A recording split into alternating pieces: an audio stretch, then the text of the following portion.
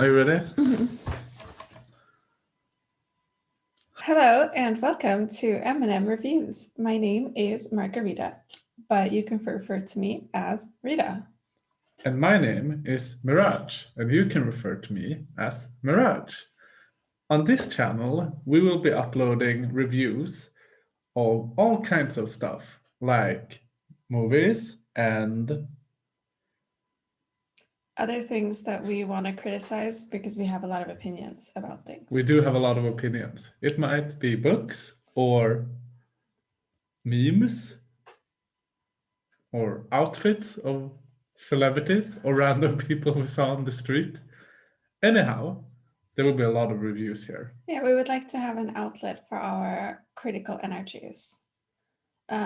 And in today's video, we thought we would start with a classic review. We're going to review the movies in the Harry Potter cinematic universe. We have realized that it's like a Christmas tradition somehow for people to watch the Harry Potter movies. That's what we did.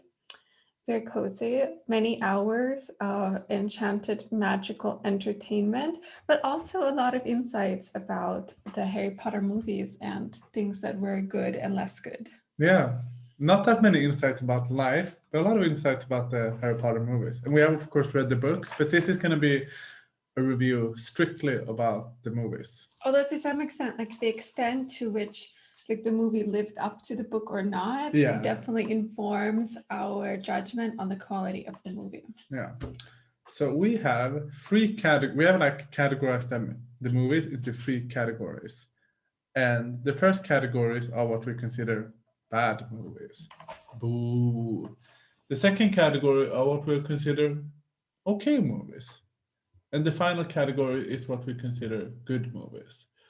Sometimes there might be an internal ranking among the categories, and sometimes there won't. Rita, would you like to start presenting what movies we thought were the bad movies? Okay, so I'm going to introduce our ranking of the movies. In the bad category, we have Harry Potter 2, The Chamber of Secrets, Harry Potter 4, The Goblet of Fire, Harry Potter 7.1, The Deathly Hallows, and the second Fantastic Beasts movie, The Crimes of Grindelwald. So those are the movies we thought were in the bad category. And talking amongst our family and friends, we realized this is not the standard go-to list, but we're ready to defend it. Yeah, apparently people really like the fourth movie, which we thought was weird. Because Baffling. Even though we don't have like an internal ranking here, we definitely like universally agree that the fourth movie was like the worst movie. Yeah. Okay, but let's start with the second movie, Harry Potter and the Chamber of Secrets. So I don't think this movie is like bad, really isn't like horrible, but there was nothing really enjoyable about it. So when we've watched like hours and hours of Harry Potter content, we felt like the second movie was just really forgettable. So that's why it went into the bad category, because we felt like, oh, it just started snowing. Oh yeah, really a lot of snow. We live in Sweden. Okay. Yeah, so the second movie, we just think it's kind of forgettable, and we think it's just like a repeat of the first movie, but with like less of that magical charm, right? Yeah, no, it just felt visually exactly like the first movie, and thematically it felt a lot like the first movie. It was kind of like Harry is excited to go to Hogwarts. It's difficult for him to get there, but he manages to get there. When he's there, like secret things happen all year long, and the teachers don't seem to be like able to handle the situation. So Ron, Hermione, and Harry have to handle it themselves, and they overcome a series of obstacles and like a final fight that is like really age inappropriate for a child to have to suffer, and then in the end they win the house cup. That's literally both movies. Yeah, that's literally first and second movie. And as a second movie, you can't just repeat the first. That's what we think. Yeah, so we think that's really the issue with it. And I mean, there's not that much I like dislike about the movie otherwise. It's fine. Yeah. Like, I feel it was like a good portrayal. I don't know. I felt at the same time somehow it seemed like they were underreacting to the basilisk during the movie, like Oh, the school. definitely, definitely. But then it's also like that's maybe crazy like, magic people. That's kind of how they behave. So that's the second movie. It's just like you need to do better if Yeah. you're gonna follow up Harry Potter 1, which is iconic. Definitely. Okay. As for then we thought the fourth movie. Oh my god. It's so bad, right? It's so bad. Which is crazy because the book is not bad. The book is It's like quite. good, It's good. good. It's a good book, you know. But the fourth movie, why is it bad? First of all, the filming, like the color palette, is just awful. in And the it book. comes after the third movie, so Yeah. you've gotten used to like movies looking like actual art, and then suddenly, Suddenly you get this poo-poo on the Yeah. screen, and the CGI is so horrible in the movie. But I think like my main problem with the movie, except those two things, were that it's just like in the books, right? This like they try with the like free contest, they feel so magical. There's so many elements to them. If we just like zoom in on the labyrinth, right? The labyrinth, it has this like swings and this like the the spider, upside down the mist, upside down mist and the spider. But and that weird like animal that shoots the sparks from the end. Do you remember? yeah, is that the Sphinx? No, no, no. No, that's something The else. Sphinx had the riddle, but Oh there yeah, was the big animals. yeah. But anyway, all of that in the movie, the free contest, they're just like they feel so underwhelming, right? They just feel so forgettable and boring and blah. Except that they like add this weird chase scene where like the dragon escapes and like chases Harry around the entire Hogwarts campus. Where in like the book, the point was like Harry was like mastering a new magic spell, like he couldn't like summon his broom to him, and that was like the challenge. But in the movie, that doesn't exist, and Yeah. he's just like, "Oh yes, Akio, the broomstick will come immediately to me." And by the way, like the dragon was not chained up, and I'm the best at flying ever, and I can like outfly a dragon, and I'm 14, and like, what is this, you know? Yeah. So it was like they really took away the actual like the fact that it was a magical challenge and made it into some sort of weird like action scene. And it's like Harry's not that good at flying. Like there's Yeah. no he couldn't like the point of the challenge in the book was how he could like outfly the dragon for like 30 seconds. That was like the amazing accomplishment. Yeah. Okay, there's a lot of things There's a lot of in this things. movie that really bother Both of me, us. yeah, in their representation. So that was the main thing we don't like about the movies, like non-magical feel. Yeah. And it's just very unattractive. The Very. shots are bad. They're just like ugly. I didn't like looking at them. A lot of the times I was like, what am I looking at? Like why? Yeah, why are they filming this the way they're filming it? What are they trying to communicate? And it's always unclear. Yeah. And again, because it follows after the third movie and before the fifth movie, it's also like the flaws are just glaringly exposed. So it's very unfortunate. Glaringly exposed. Okay. Then we have 7-1. That is Deathly Hollows Part 1. And I mean, this, I think we don't have like a lot to say about this because I mean, here they're good at acting, it's quite well shot, etc., etc. But it's just like it's not a movie without the second movie, right? It's just, and I think that's like always speaks against the movie when like the entire plot and premise doesn't like make sense without a follow-up. Yeah, exactly. Because and that's not like necessarily the case. I mean, you know, look at like Avengers.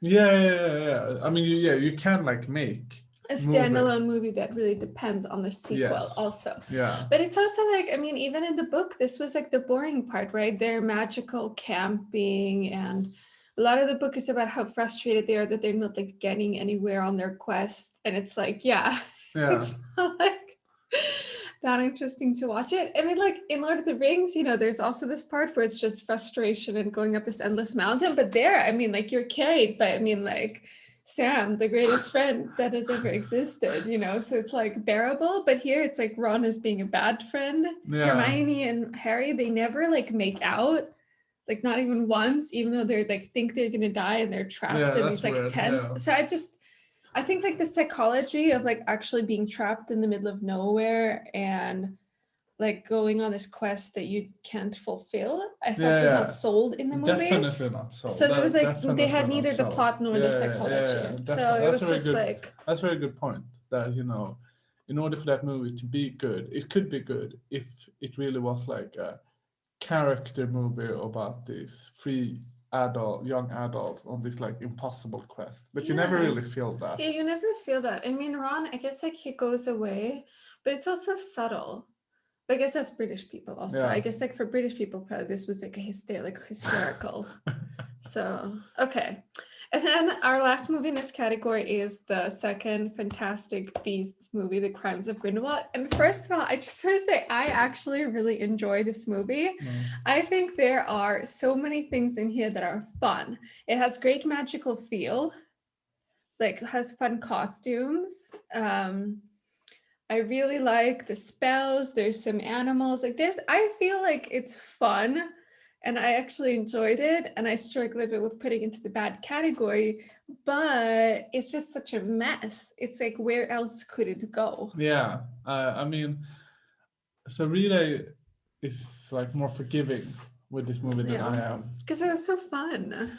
I just think that, you know, it's like way too messy of a movie. There are way too many stuff going on in it. I mean, don't think we have to like say more here, right? Because this is like a universally agreed upon. There's just too many plot lines. Too many plot lines that you don't care about, and they don't succeed in making you care. No. And also, like Nagini, just like why? Like why? Why do you hate Asian women, Jacob? Yeah. And that thing with the guy who like dresses up as an old lady to sneak into the Ministry of Magic. It was just like in the context of all of her like anti-trans thing. It was just like you just had to write that into the movie. He couldn't sneak into the building like an old man. Yeah, exactly. He had to, and it's just it feels very political now after the fact. So it just feels a bit dirty. Yeah. So and Dumbledore being portrayed by Jude Law wearing a three-piece. Why would Dumbledore be wearing a three-piece suit? Like somebody tell me.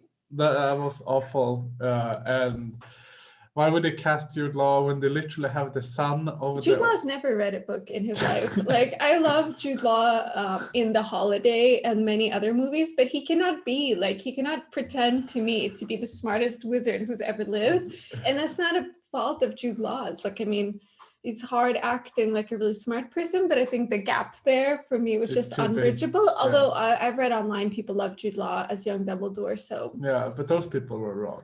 Yeah. Yeah. Okay, moving on to our okay category. Okay, we have two movies here. Just two movies. And the first one is Harry Potter and the Sorcerer's Stone. And the second one is The Deathly Hallows Part 2, The End of Harry Potter. Yeah, so we think these are okay movies. The first movie, it's good, right? It has such a magical feel. Such a magical feeling. I like Harry with the owl in the snow. Such a cult classic. The candles in the dining hall. Yeah, the ghosts coming out, And it has like You're a wizard, Harry. The end, it's also good, the end sequence of the challenges they have to go through. Except when Harry has to melt that guy's face with his hands. It's like you're 11. Yeah. You should not be like a murderer. Yeah, that was intense for a 11-year-old. And then he just goes out and he's like, "Yeah, we won the house cup." Woo. Yeah, well, why is he not like deeply traumatized? Well, I guess it's like he's too dead inside already because he was raised in a cupboard. And I feel this movie is also important because it really sets you up for like shit was bad for Harry when he was a kid. So it kind of explains like how deeply messed up he was throughout the whole series. So I think it's an important movie and it's very enjoyable. But obviously the weakness of the movie is that they haven't really figured out like everything yet, what they wanted to portray. And the children, they're so bad at acting at this point, especially Daniel Radcliffe is just tragically bad at acting. And so it has some good ones and some bad ones, as is the case for 7-2, where what it does good is the fact that it finishes up the series in a very satisfying way. Yeah, like Voldemort is defeated. Harry gets together with Ginny and everybody has kids because that's how you end a story, and evil is vanquished for now, maybe. Yeah, so it's like it's there and it does its job, I mean, I think like part that we both one part we both disliked is that the end it just gets very silly, right? Yeah, so that's why like we can't put it higher because like it could be really high up because I feel like it doesn't really conclude the entire Yeah. Harry Potter movies like in a very satisfying in a very way. satisfying The tone way. is good, the colors are good, like acting is good. You Yeah, know, yeah. it brings Music is it good, brings the things excellent from the score. book Yeah, really yeah. into the movie, and you Yeah. feel like you're like, yeah, Harry Potter, that's Yeah. over, you know. But it's just so silly. I mean, at the end, you know, it's just like, you know, after Harry Potter, spoiler alert, I guess, like dies and wakes up, you know, it just gets so silly because then it just really is this like disgruntled old villain, like trying to like desperately kill children, and he's so silly with it. He just looks so silly, and he doesn't Avada Kedavra anymore. He just like uses his robe to like strangle Harry, and then they're like wrestling in the air, and it's like, what is going on? Yeah, it really becomes about this like 40-year-old man trying really hard to kill a child and like frighten the other children Yeah. at this like school. And I also hate that they like in the Battle of Hogwarts, for some reason, there's like Oh, yeah, thousands of yeah. Death Eaters. Unclear like who these people are or where they came from. And again, they're like, oh, they're gonna like Lord of the Rings, like storm the school. But it's like, bro, you know, it's 12-year-olds in Yeah, there. yeah. Like, what are you running Presumably, at? there's a lot of pure bloods in there. Yeah. Children. It's very unclear, and it's also like really like messes up the dynamic in the previous movies. Because in the previous movies, they really have portrayed it to us that like Death Eaters are these like select, like the not only like Voldemort allies, but these like Death Eaters Yeah. are these like select few wizards who are like really good at magic. They can really create a lot of havoc, etc., etc. But then suddenly in the end, it's like everyone's a Death Eater. You know, how could you ever go back from that? How could like a wizarding world ever exist after you've had like Yeah, if thousands of like wizards are willing to storm like a school of like 11 to 17-year-olds, like what is like was Voldemort the thing that was really like enabling it? Oh, it's a bit like the Trump world. Yeah, Yeah, so it just raises a lot of questions. So that's And why gets it very lands silly. in just the okay. It's like Ralph Fiennes. He's like, I will kill you, 12-year-olds. It's and there's like what? thousands of them. It just gets way too much. You know? Okay, so the first movie and the last Yeah. movie, they're just like, okay, they're really good. They're doing their job, but they don't really like, I don't know, you wouldn't like recommend them necessarily unless somebody was really, Yeah, exactly. yeah. Okay, and then we get to the good/great category. Okay, and here we have 4 movies. 4 movies. We have movie number 5, that's the Order of Phoenix. Yeah. Movie number 6, that's the Half-Blood Prince. Movie number 3, The Prisoner of Azkaban. And then we have the first Fantastic Beasts and Where to Find Them movie. And again, these are not in like any order. Yeah. They're just our good category. Yeah. But we like just sequential. No, whatever. Okay.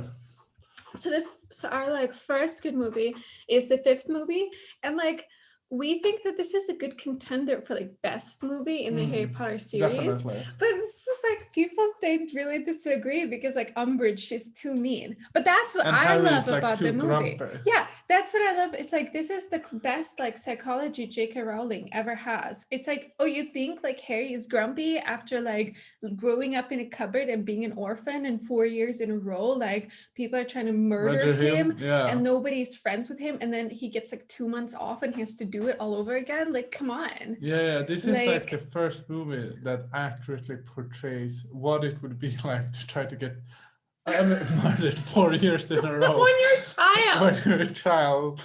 And I mean, the book does it even better, because Yeah. then he's really angry, and they should have leaned into that more in the movie. But it's the only movie that has like a psychologically realistic depiction. And of Harry. Umbridge, I think, is the best villain in the entire Harry Potter universe. And not only is she the best villain, but you also really get to see her comeuppance. I mean, I think this like forest rape is very problematic. Again, J.K. Rowling. But I meant more like the fireworks or, you know, Dumbledore, like I meant more that aspect. So Yeah. it's like she's such a great villain because, you know, she is just the devil and you hate her. And that actress, I feel really leaned into it, and she was just having such a great time making you hate her. And it's just I loved that. Yeah, yeah, yeah. Because it wasn't some crazy Albania soul snake guy who like just wants to destroy the world, but it was just a lady who just loves being awful. And And also, that's like villains, you know, in our world. I also feel like the end, it's so satisfying, right? Because they've really been building up Voldemort as this villain. Uh, and they've really been building up Dumbledore as this greatest good wizards, and we finally see them get to come toe to toe, you know, and it's just very satisfying Yeah. conclusion. Yeah, definitely. Although they should have really had that scene at the end where Harry screams at Dumbledore. Yeah, and breaks his office. Yeah, for sure. For sure. And I mean, I don't know, like I don't love the whole like I don't feel like they explored this like legitimacy plot point enough. So I think like the plot was actually messy. I felt in the movie you didn't really understand what they were doing with this going to the ministry. Like he just says, "Oh, I've been dreaming about it all year." It's like, okay. Yeah. Cool. Yeah. So they could have done a bit more. It was messy, but I really like the movie because of the fun atmosphere. You get the Weasleys, fireworks. It's just there's a lot of fun, and I like the other villain. Okay, movie number 6. I think we like this one kind of like much for the like a bit for the same reason as we like the 5th one, which is that it's just the first movie that like shows a different side of the characters, right? Because it is more about like their feelings and stuff like that, you know, and it's like in the previous movies they haven't really had any feelings. And that's just like and they get like love lives and there's little parties. And it's like really beautifully shot, this movie. Yeah, I really like really that. Gorgeously there was just shot. a lot of really nice scenes. Yeah, we just really, and it's not like I wouldn't say we're like cinematography snobs. It's more like that it really invites you into like the magical feeling. So I felt this movie had a very, very magical feeling. Magical feeling. Yeah, for sure. And I also think that they did such a good job translating the book into the movie because there was so much content there with all like, I mean, it would have been nice obviously to see more of this like learning about Voldemort's past and stuff. But I think like they did a really good job. So I like that there was like they gave you the sensations from the book. Yeah, they do a good job with that, and I just think it's like again like the ending is really like good, right? Dumbledore dies, and it's really like touches you on the feelings level. Down there, oh my god! After all this time. No, that's not this movie. Well, Snape has to do it. Yeah, and, exactly. Yeah, and you know that's what he's thinking. Yeah, he's like, for Lily. I think definitely the 6th movie becomes like better once you have seen them and once you know the plot. Because then you like really get like the depiction of like Snape's difficulties in this movie to a great extent. Yeah, the 6th movie also like it can like there was just fun magic. I liked like all the parties and stuff. Yeah. Okay, now we come to the 3rd movie. People love this movie. I mean, I think this movie is universally agreed upon as the best movie among the fans. Like for example, I would rate the 5th movie as the best, and Rita would rate the 6th movie. Yeah, probably. As the best. But I mean, the 3rd movie is just a great movie, right? And it's like, I think it's the one I think the reason people like it is because it's the one that would work the most as just like its own actual movie. You can really watch and enjoy without even the Harry Potter universe, really. And I mean, it's not really in the Harry Potter universe because like the time travel. Okay. But I mean, also this movie is the one that by far has the best like CGI. It has the best like cinematography. It has like the best score. I think like also it arguably has like the best acting. Yeah. You know. And I mean, it's just so spooky, like the Dementors. Like when they do the werewolf, that was like the best werewolf. I mean, that's exactly what a werewolf would look like. It really spooks you out. Lupin, it just you love him. The Marauders it's just everything. It's a lot of fun magical feel to it. It has a great magical feel. It has a really good story. Yeah. I think like the characters, this is also where they develop actually good chemistry between them, like Ron, Harry, and Hermione. So there's just a lot of things to really enjoy about the movie. So I think it makes sense that people really like it. It makes a lot of sense. You know, the only reason why I would rate it like below the fifth movie is just because I think the time traveling is so dumb. So it's like, Yeah, exactly. I mean, it's not really a Harry Potter movie because the yeah, time travel thing is just so absurd. dumb. It's what's the point? But enough about that. I Enough think about really that. and And everybody understands that. the final movie we have in this category is the first Fantastic Beasts and Where to Find Them movie. And I just love this movie. I really love it because it felt like such a breath of fresh air after all the Harry Potter movies. You know, it was like finally, it's not about like 17-year-olds and their yeah, problems, but it was like actually adult people like doing and living magic, the creatures. So I think like partially it's like the novelty really elevated this movie for me. Mhm. And then I really appreciated all of the creatures. Like they're just so much fun. Yeah, So I yeah, feel yeah. like the movie is also a bit of like a hot mess. It's like first we're going on this fun scavenger hunt to Yeah, and then the Grindelwald is there all of a suddenly. I mean, so it has this like tonal shift also in the end that's like quite stark. Well, like actually, like throughout the movie, it's a bit inconsistent with its tone, because sometimes it's like really serious and spooky about like Credence and it's like the creature that he is, I forgot the name, the Obscurus. the Obscurus and Grindelwald, and at other times it's like a fun magic movie that has an excellent magical feel with the creatures and all the different spells. But it still works, you know, it still works Yeah, together. exactly. I think it just works, and you just like have a good time, and Yeah. everybody. I just feel like the movie is very like cute. It's fun, New York. Like I don't know.